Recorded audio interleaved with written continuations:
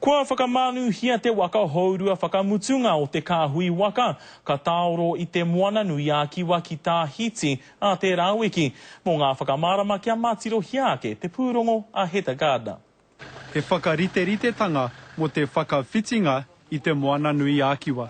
Ko nei tū momo mahi kua takea mai runga i ngā mahi kua whakarite e tō tātou kraua heke nuku mai. E whā ngā waka ka wehe atu mai i ngā kare tai o Tāmaki Makaurau.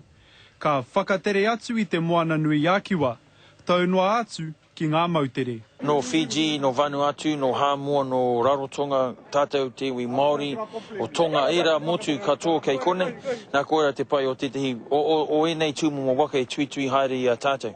Ai, koina te mea nui, koina te me te hono tango o rātu katoa ngā iwi o te o ngā mautere, koina. Kua roa tēnei rōpu e kōkiri ana i ēnei mahi, ā, ko te kamupene tautoko a Pūtea, ko Ocean Noise.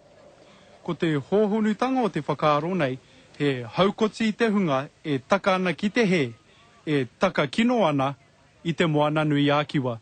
Ko te kaupapa nui o tēnei mahi, ko te whakaoho i te ngākau, whakaoho i te hinengaro, whakaoho i te wairo o e rā tangata e tūkino ana i te taiao i te moana nui. He tika me whai tātou i tēnei tikanga Māori mai rānō. Ka tae te ki ko te aurere te whae o enei waka katoa i tā raia ki Aotearoa nei nā. Hei whakawāia ki ngā ngaru, he huinga waka ki wai te mata, e toru rā i muri ake, ka wehe atu ngā waka e whānei ki ngā mautere. Heather Gardner, Te Karere.